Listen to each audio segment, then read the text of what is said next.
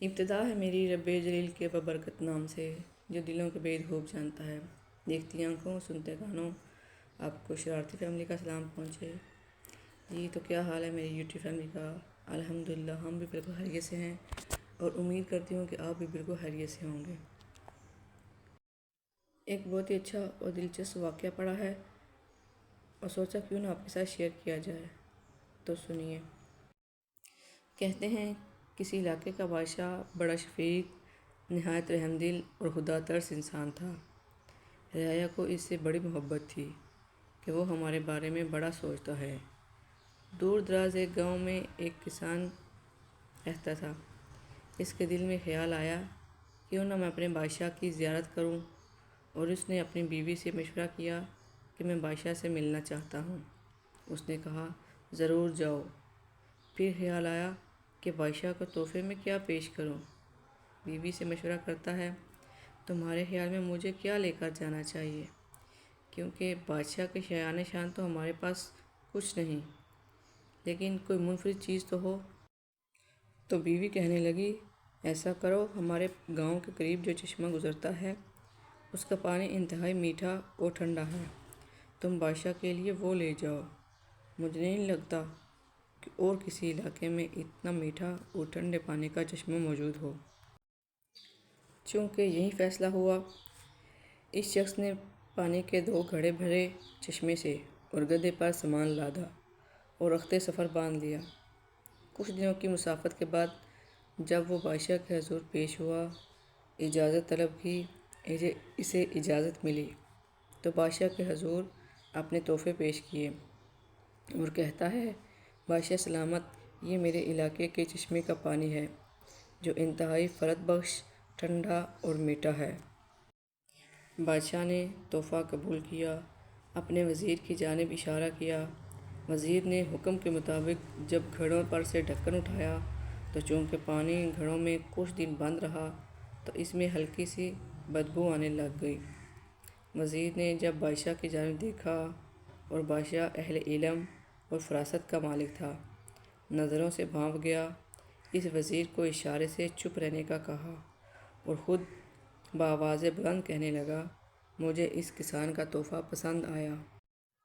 ساتھ ہی خزانچی کو کہا اس کے گھڑوں کو اشرفیوں سے بھر دو۔ جب وہ کسان چل دیا، بعد میں بادشاہ نے وزیر سے کہا اس کسان کے ساتھ جانا اور اس کے پانی کو گرا دو اور اس کو وہاں سے گزارنا جہاں سے ہم پانی پیتے ہیں، یعنی ہمارے گاؤں کے قریب جو چشمے ہیں وہاں سے گزارنا۔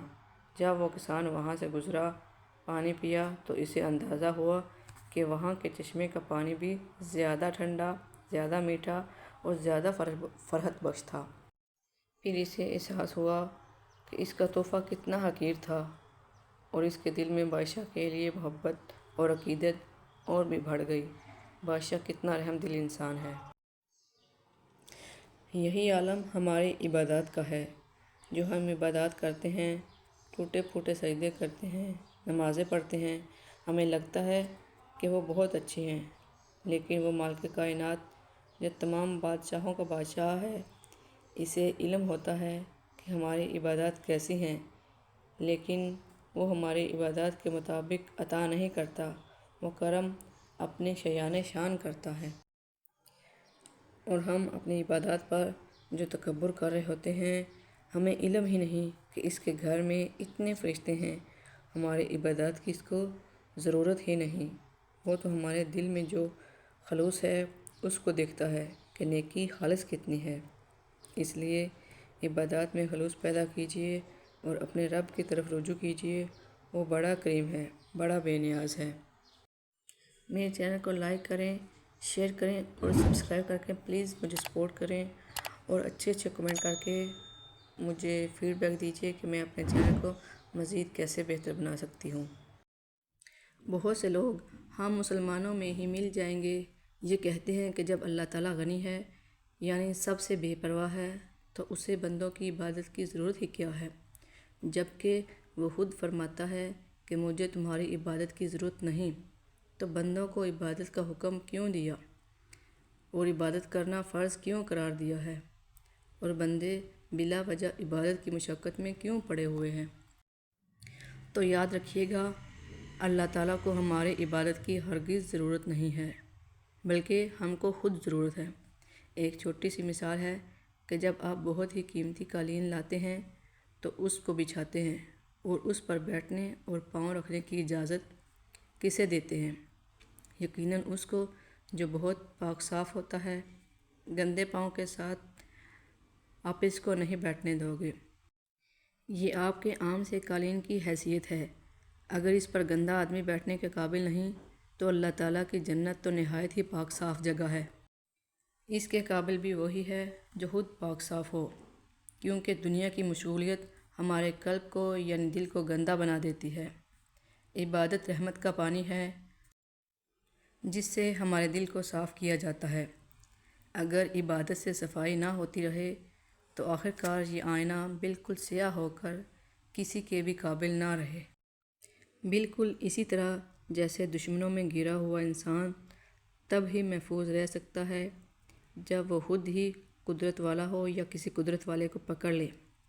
ہم انسان کمزور ہیں، ہزاروں الجھنوں میں پھنسے ہوئے ہیں، جن میں شیطان، نفس، ہزاروں الجھنیں اور برے دوست وغیرہ ہیں۔ ہمیں ضرورت ہے کہ قدرت والے حق تعالیٰ کے ساتھ اپنا تعلق قائم رکھیں، اور عبادت تعلق ہی ہے۔ بالکل اسی طرح جس طرح ایک پردیسی کو دیس کے ذکر سے سکون ملتا ہے، ہماری روح بھی پردیسی ہے۔ عبادت میں اس کے وطن کا ذکر ہے، اس لیے اس سے اس کو چین ملتا ہے۔ ایک زندہ مثال اس وقت کی ہے جب ہم نماز ادا کرتے ہیں تو کس طرح سکون محسوس کرتے ہیں، جیسے پوری دنیا جیت لی ہو۔ عبداللہ بن زبیر رضی اللہ تعالیٰ عنہ کے جسم کے کسی حصے میں زخم تھا، جس کی وجہ سے اس حصے کو کاٹنے کی ضرورت تھی، مگر سخت تکلیف کی وجہ سے ہمت نہ بڑھتی تھی۔ ایک دن وہ نماز میں کھڑے ہوئے تو ان کے جسم کا زخم والا حصہ کاٹ دیا گیا اور ان کو اس کا احساس بھی نہیں ہوا۔ تو اس سے معلوم ہوا کہ عبادت ہمارے لیے سکون کا باعث بنتی ہے اور اللہ تعالیٰ سے ملانے کا سبب ہے۔ تو اس سے آپ کو معلوم ہو ہی گیا ہوگا کہ عبادت ہمارے لیے کیوں ضروری ہے۔ امید کرتی ہوں کہ یہ چھوٹی سی کوشش آپ کے علم میں اضافے کا سبب بنی ہوگی۔ اللہ تعالیٰ میری یہ کوشش قبول فرمائے، آمین۔